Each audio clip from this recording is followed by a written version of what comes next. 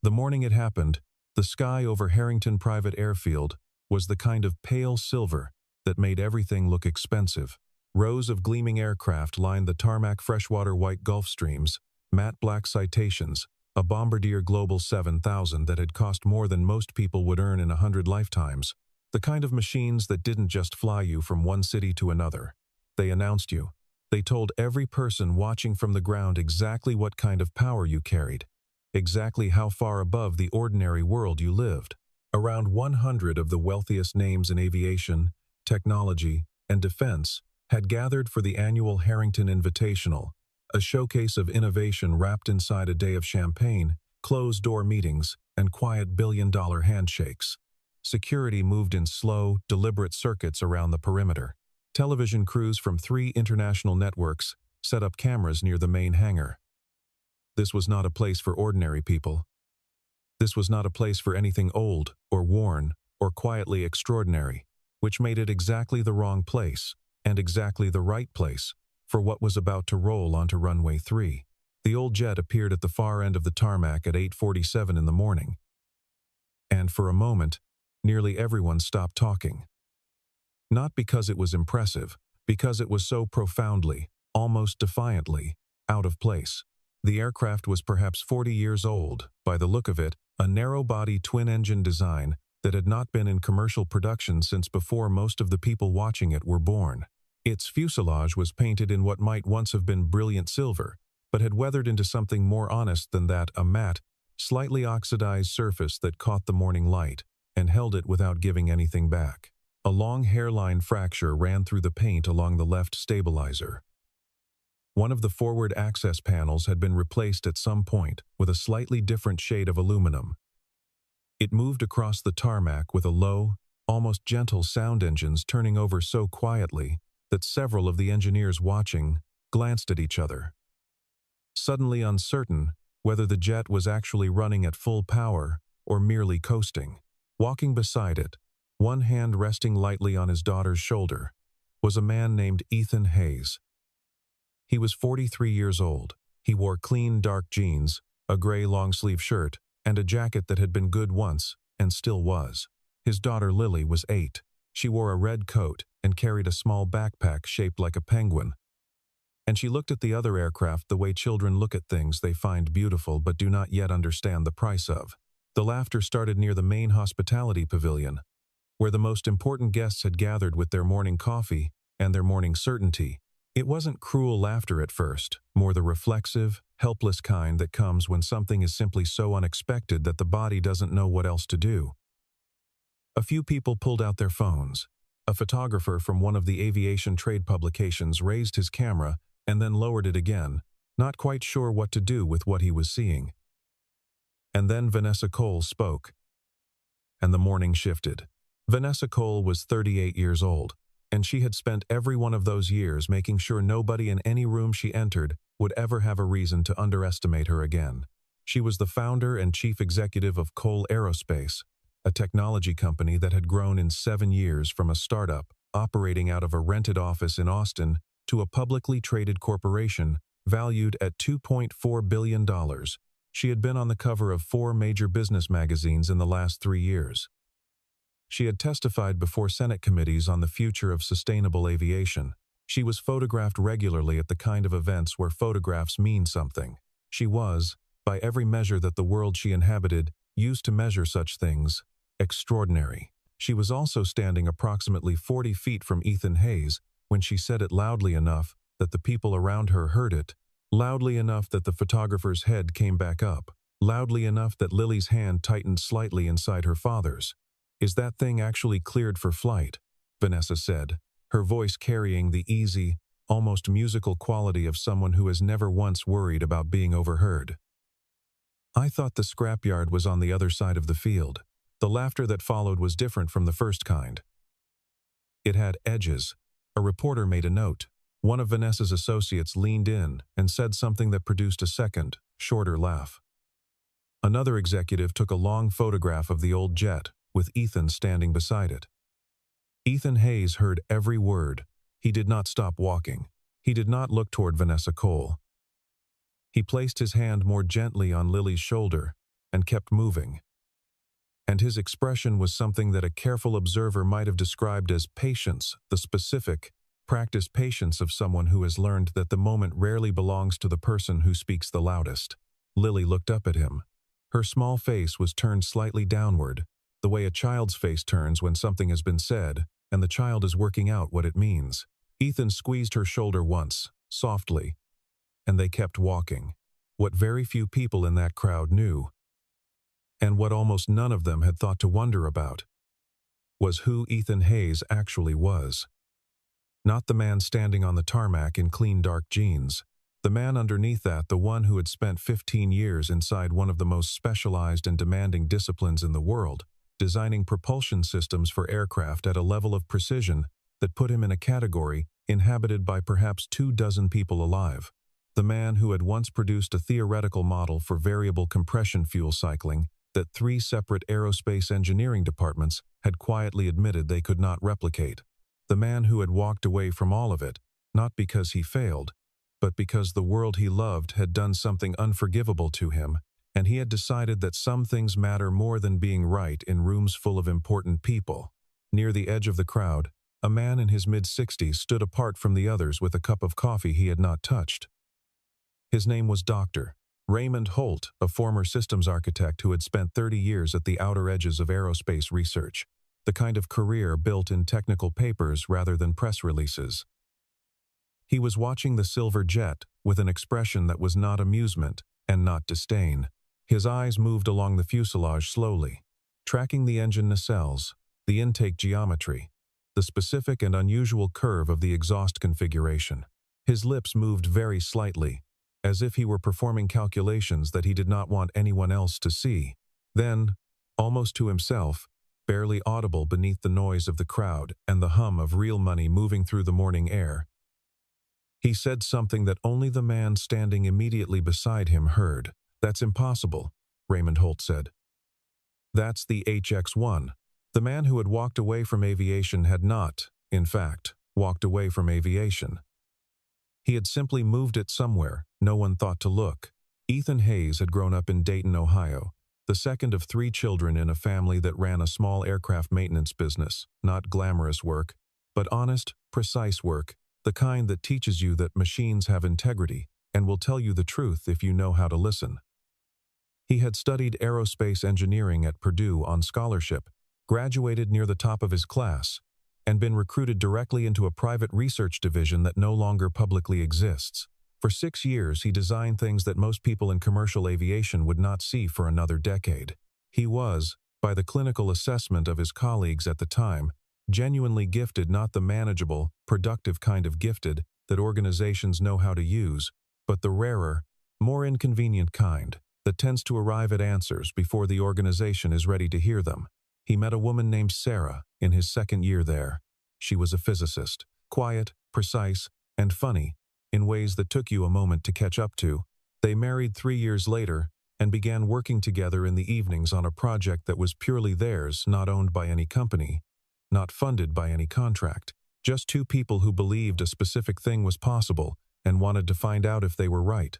The project was a propulsion system, a variable efficiency, hydrogen hybrid engine designed to retrofit into existing narrow-body airframes. The theoretical fuel efficiency gains were so far outside the range of what anyone in the industry considered achievable that when Ethan first presented the preliminary data to his division head, the man had laughed not cruelly, but with the genuine, unguarded amusement of someone who has just been told something that cannot be true. Then he had looked at the numbers again and stopped laughing. What followed was a period of Ethan's life that he does not discuss in detail, and that Lily knows only in broad outline, the version a careful parent gives a child when the truth is too angular for small hands to hold. A larger company became aware of the project. Conversations happened. Agreements were presented. Ethan and Sarah declined to sign. The larger company had lawyers. It had patents of its own that overlapped in ways Ethan had not anticipated. It had, ultimately, more patience for this kind of attrition than 2 independent researchers working in the evenings after their day jobs. The project was not stolen in any clean, dramatic way. It was eroded, picked apart, made legally complicated until it became practically impossible. And then Sarah got sick.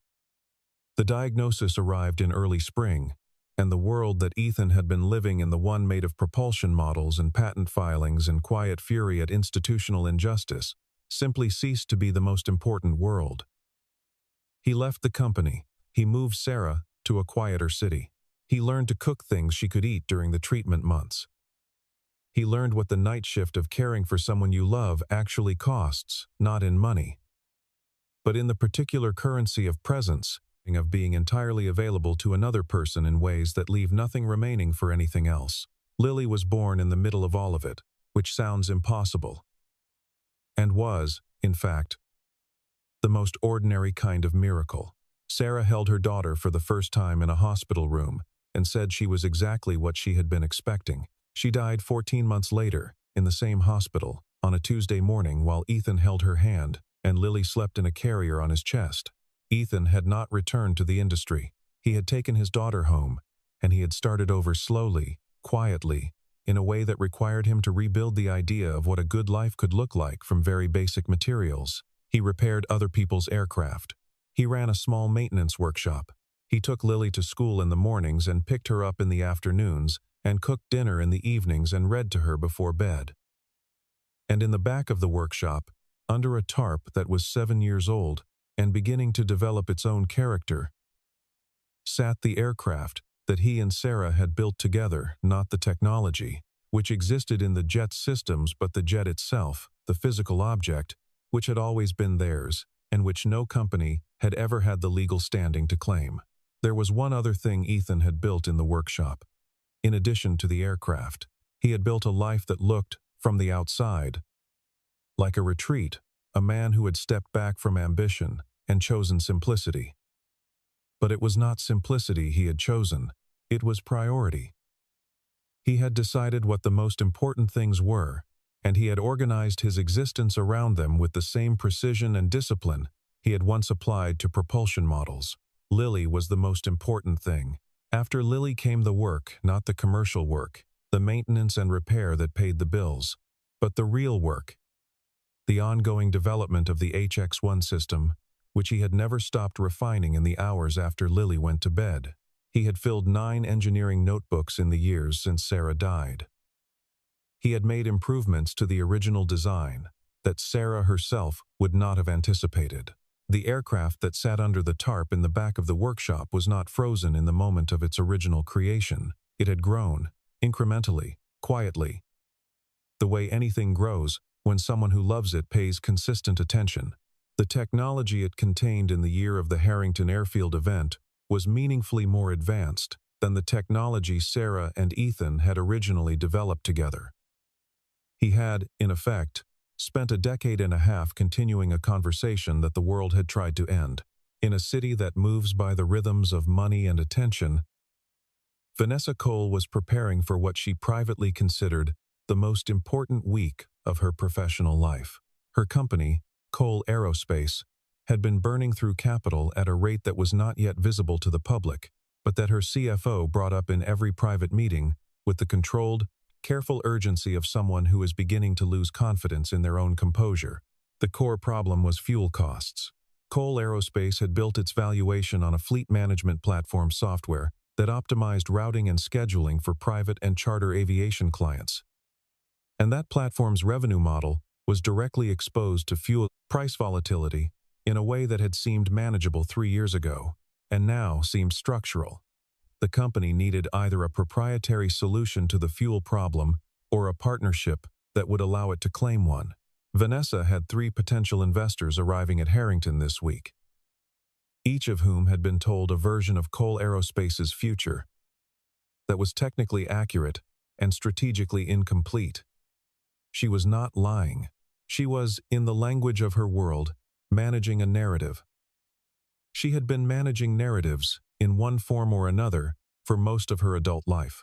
She had grown up in circumstances that she did not discuss, and did not allow to be discussed a specific kind of working-class childhood, in a specific kind of Texas town, where the primary lesson available to a girl who was too smart and too stubborn for her surroundings was that the world will not make room for you willingly.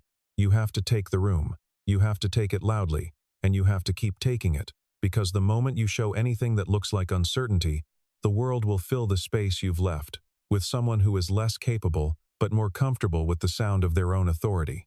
Vanessa had learned this lesson completely. She had learned it so completely that it had become her, in the way that armor eventually becomes the body wearing it. In the weeks following the airfield humiliation, the video appeared.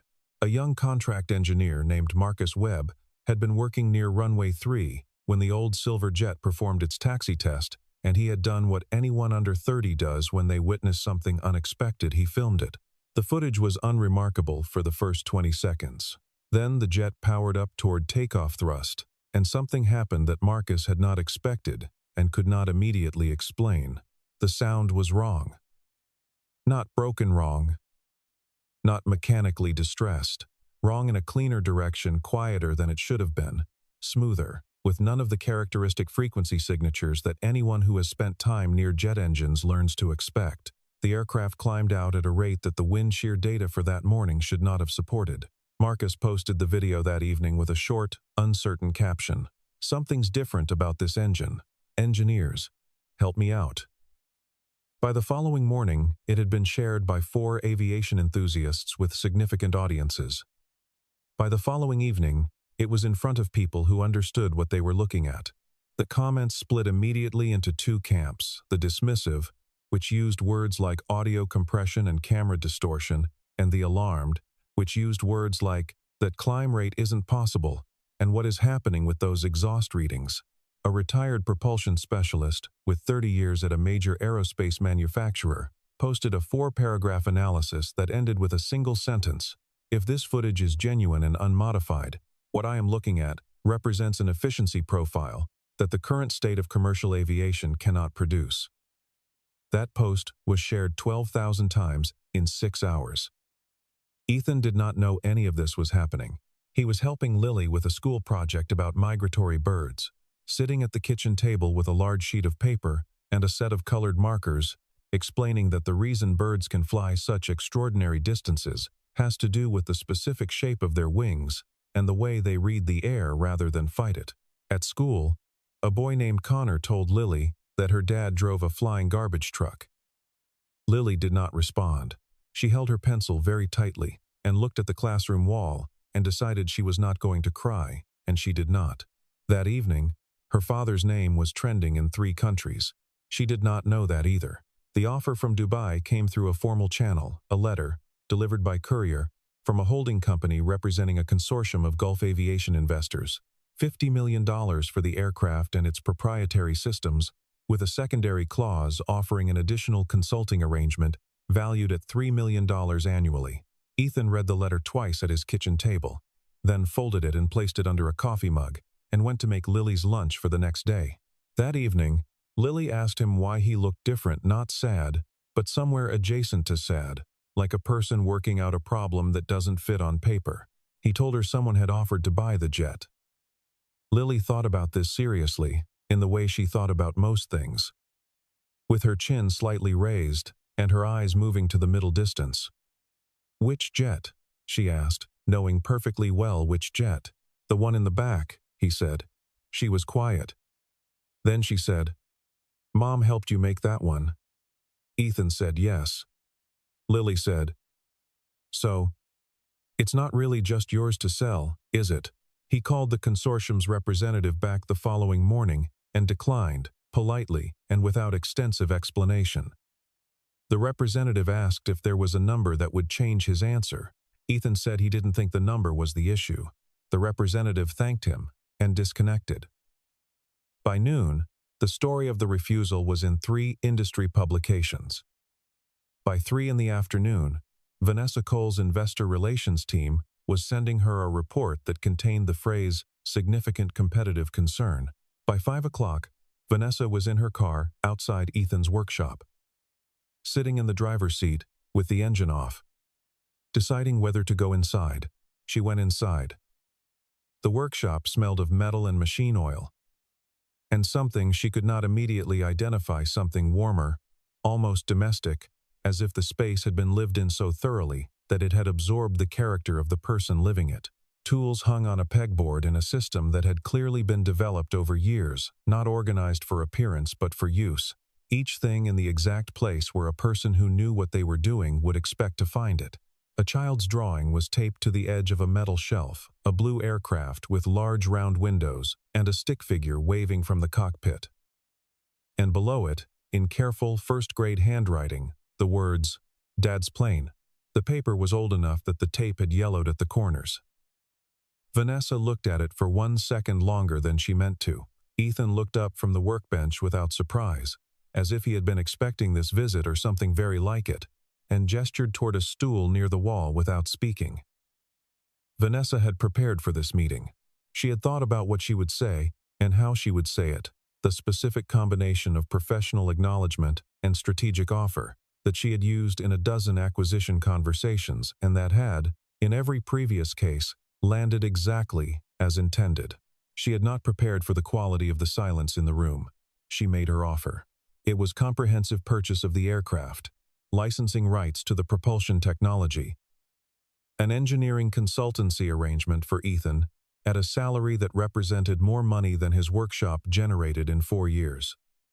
She delivered it cleanly and waited. Ethan was quiet for a moment. He set down the tool he was holding. He looked at his hands briefly, the way people look at their hands when they are choosing words. Then he said, very simply, "You called it a piece of junk."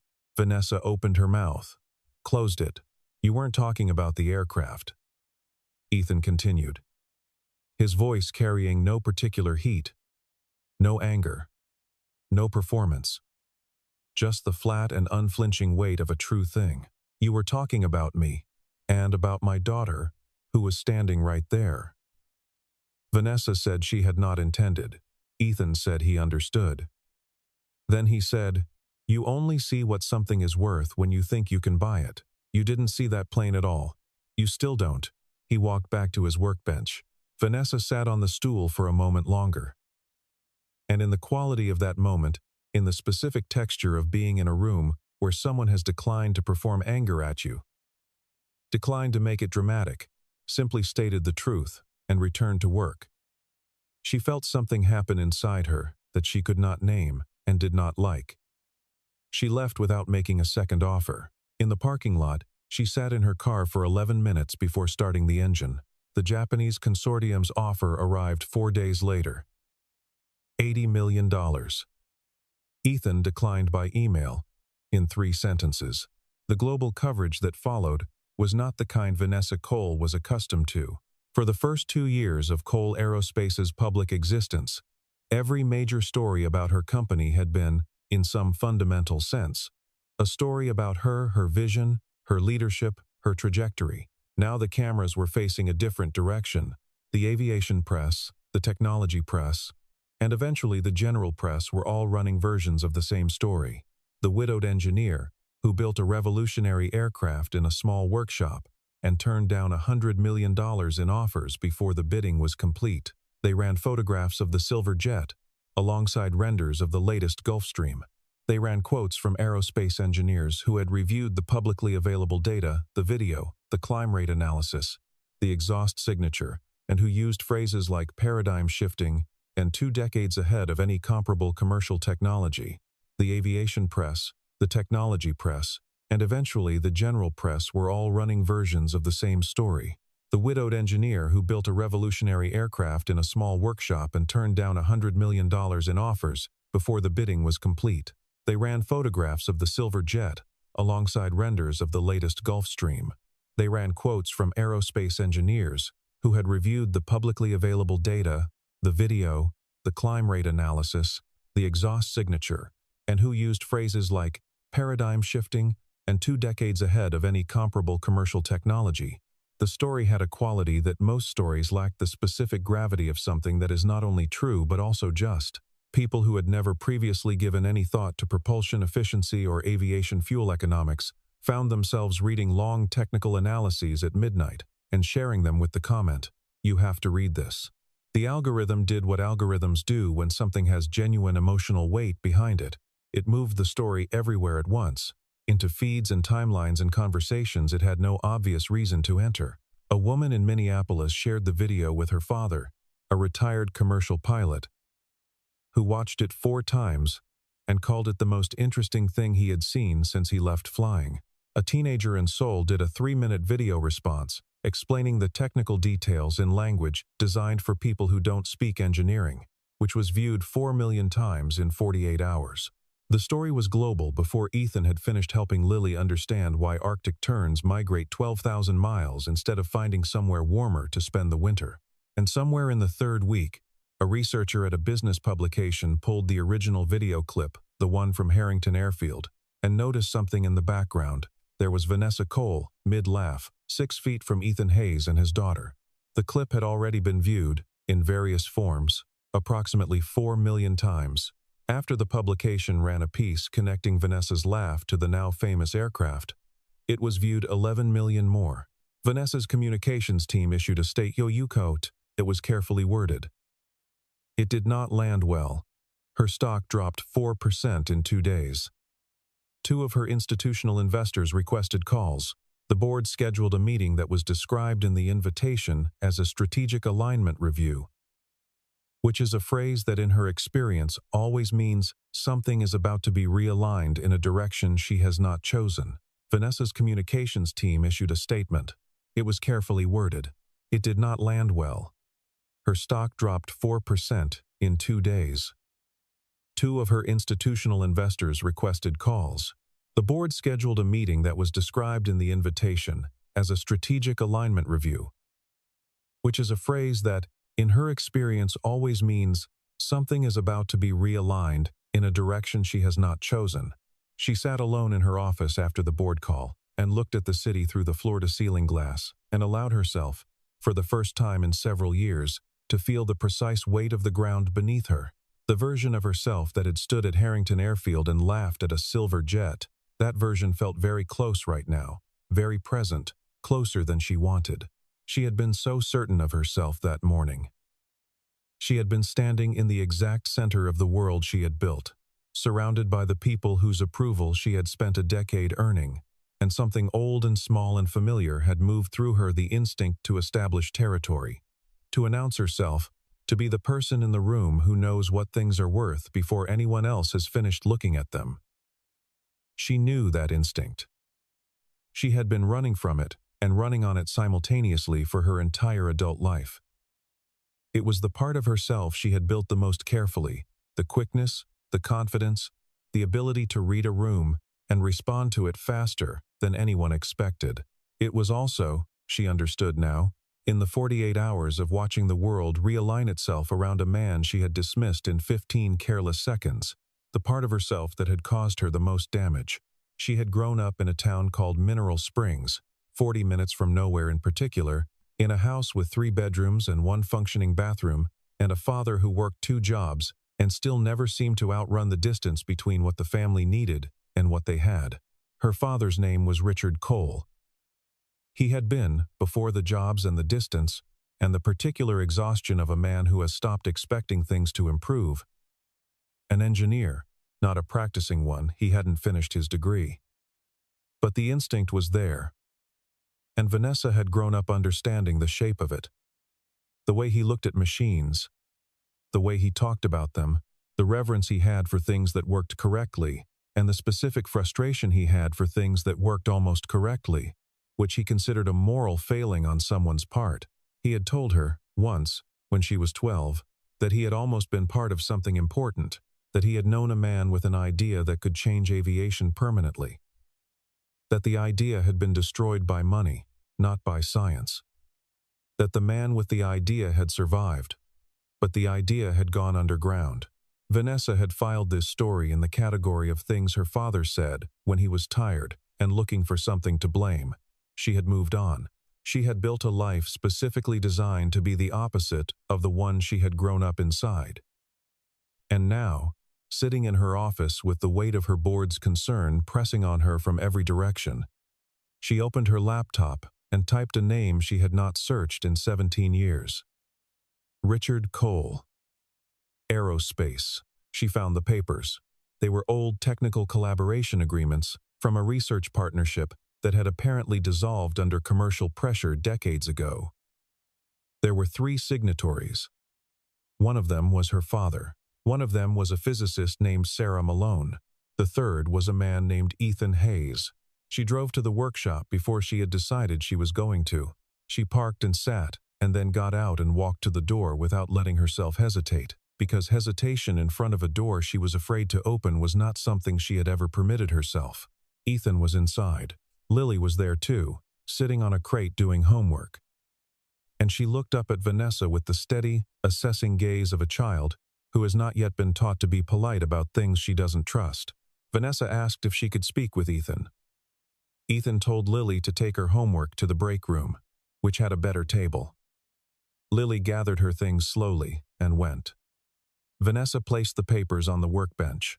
Ethan looked at them for a moment, and then he looked at her, and something in his expression shifted, not softened, exactly, but opened slightly.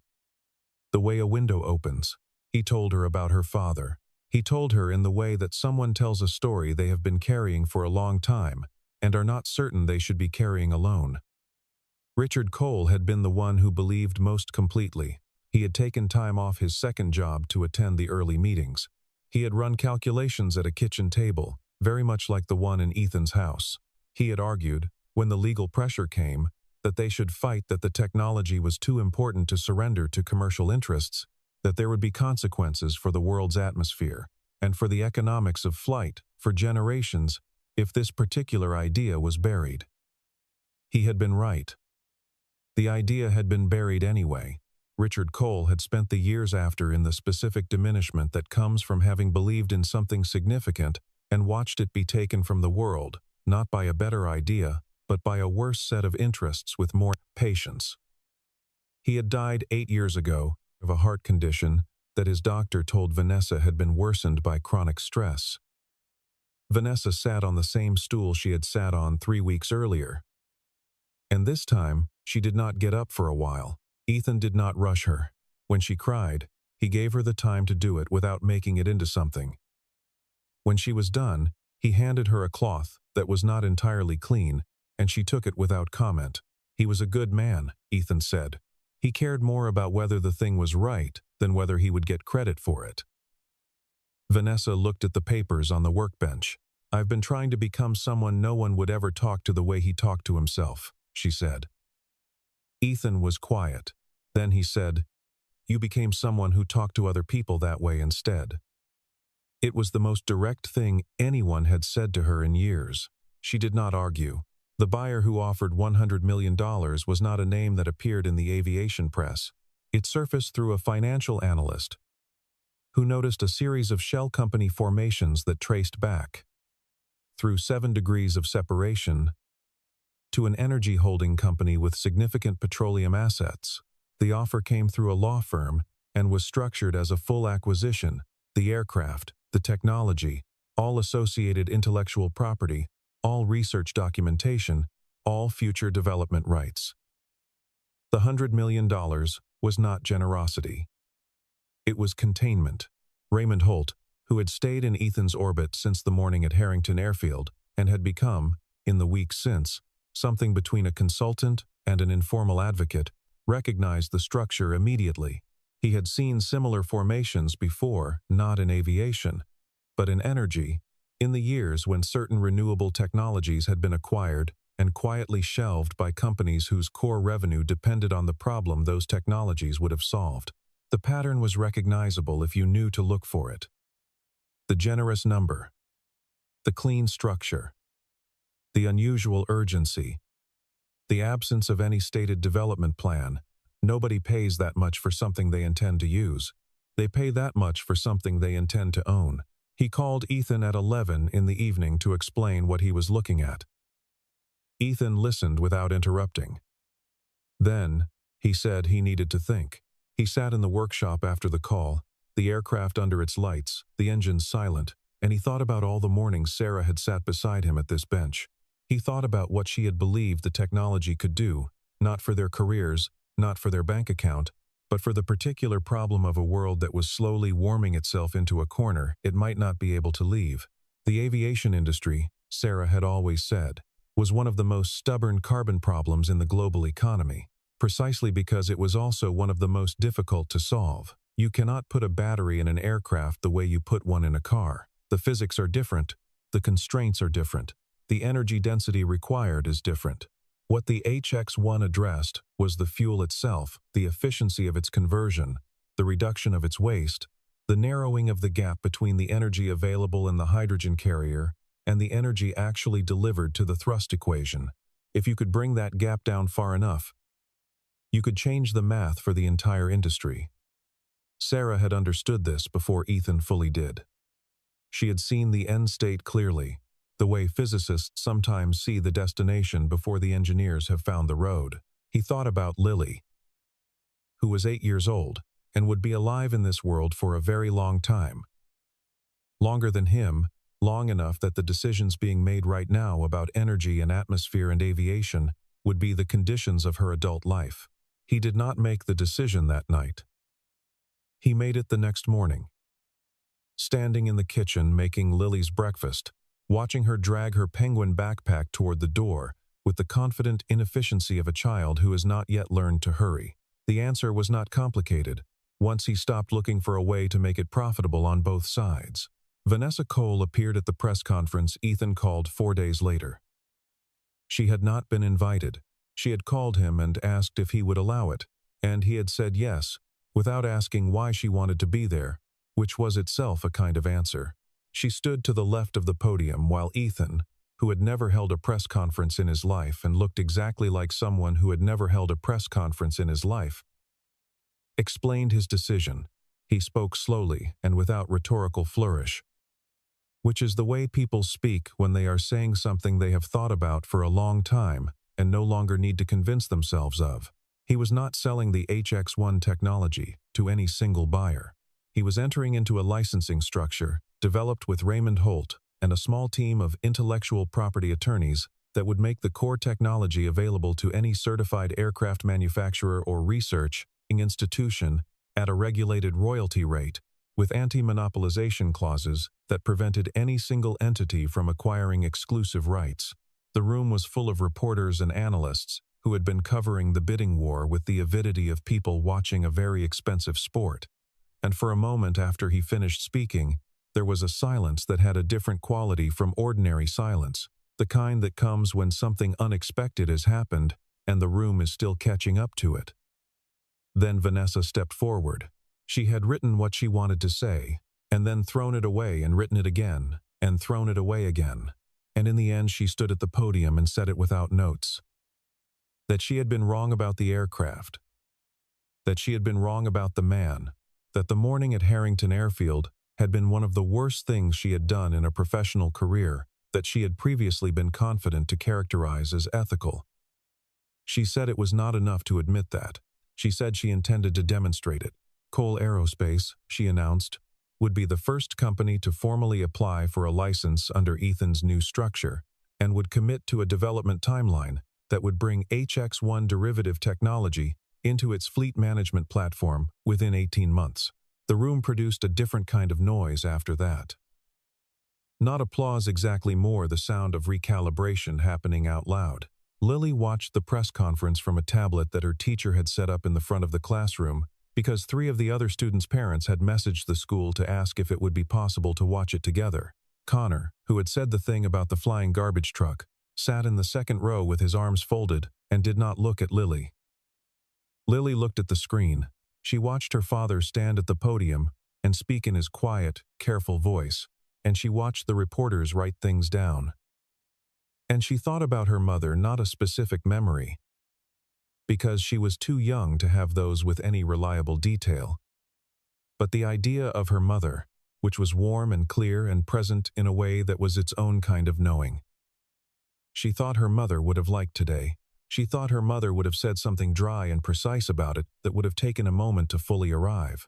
When the classroom erupted in the complicated noise of 30 children processing something they are old enough to know is significant, but young enough not to fully understand, Lily sat very still in her seat and let herself feel what she felt, which was a form of pride that was so large it did not fit easily inside an 8-year-old's chest. 30 days after the morning at Harrington Airfield, the silver jet sat in a hangar at a facility outside Denver, where a team of 12 engineers, some of them among the most decorated in their fields, had been working for 3 weeks to fully document and verify the HX-1 propulsion system. The aircraft had been repainted, not to cover the old silver, but to restore it a careful conservation rather than a renovation, the kind of work that honors what something has been rather than disguising it. The hairline fracture along the stabilizer had been addressed but not erased. The slightly mismatched access panel remained. The jet looked exactly like what it was, a 40-year-old aircraft that had been built by 2 people who believed in something, maintained by a man who had not stopped believing in it, and operated for the entire duration of its career, in complete indifference to whether anyone was watching. Raymond Holt had called it, in an interview with an aerospace journal, the most significant propulsion development since the introduction of high-bypass turbofan engines in the 1960s. 3 governments had made inquiries about the licensing framework. A university in Zurich had already submitted its research application. The Energy Consortium, whose offer had been declined, did not comment publicly. Vanessa Cole's company had regained the ground it had lost in the stock market, and then gained more. On the strength of the licensing announcement and the first confirmed technical partnership, she had restructured her board with 2 new members who understood propulsion engineering. She had also, in a meeting that was not announced and not photographed, gone to the workshop and helped Ethan clean it. Not as a gesture, as the first item on a list of things she owed that was long and specific, and that she intended to work through carefully.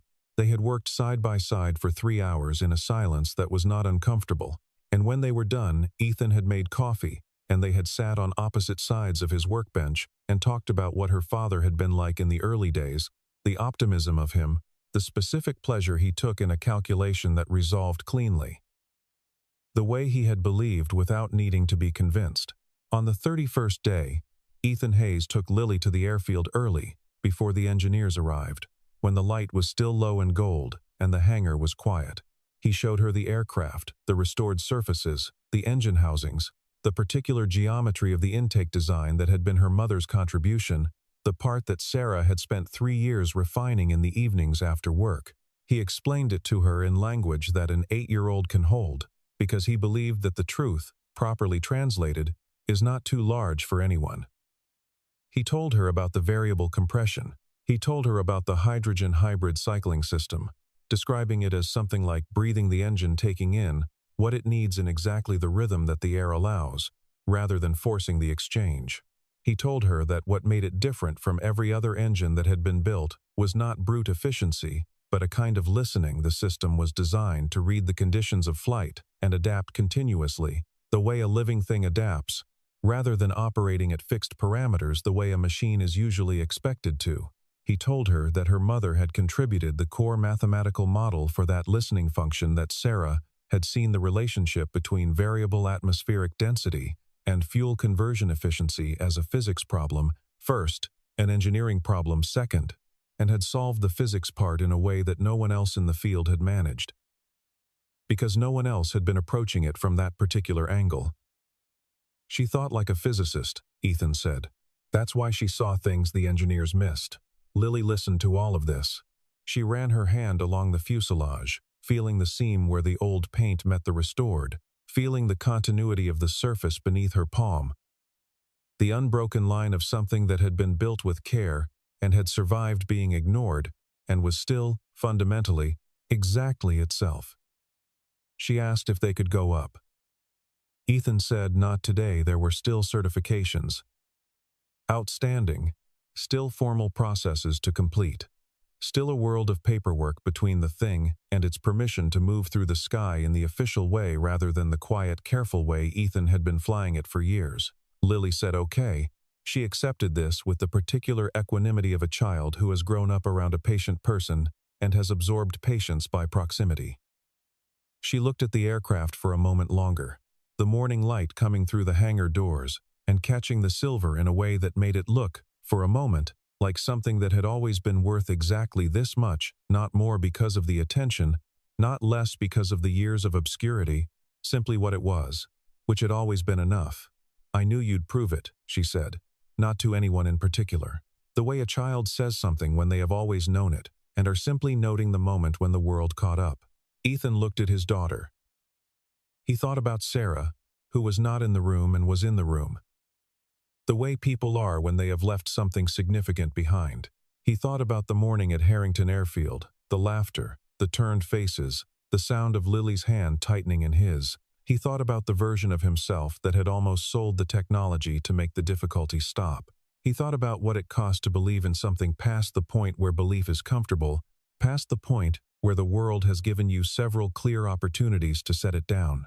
Outside the hangar, the sky was doing what skies do, in the early morning, opening slowly, going from gray to gold, to the first bright, unconditional blue of a full day. Somewhere behind him, the first of the engineering team arrived. Footsteps on the concrete, voices low and purposeful. The world that had laughed was now assembling itself around the thing it had laughed at. That is the ordinary shape of how the important things happen. Quietly, in workshops, by people who have decided that the work matters more than the recognition, who have held on to the thing through the years when no one was watching, and the years when no one believed, until the morning arrives when the light is right, and the sky is ready, and the silver jet lifts off, and the sound it makes is nothing like what anyone expected. Softer, cleaner, more like permission than propulsion, and the people watching from the ground go very still, because they have just heard something they cannot explain. And for a moment the world is open. The voice of the machine carries. It always has. The world simply needed to learn how to listen.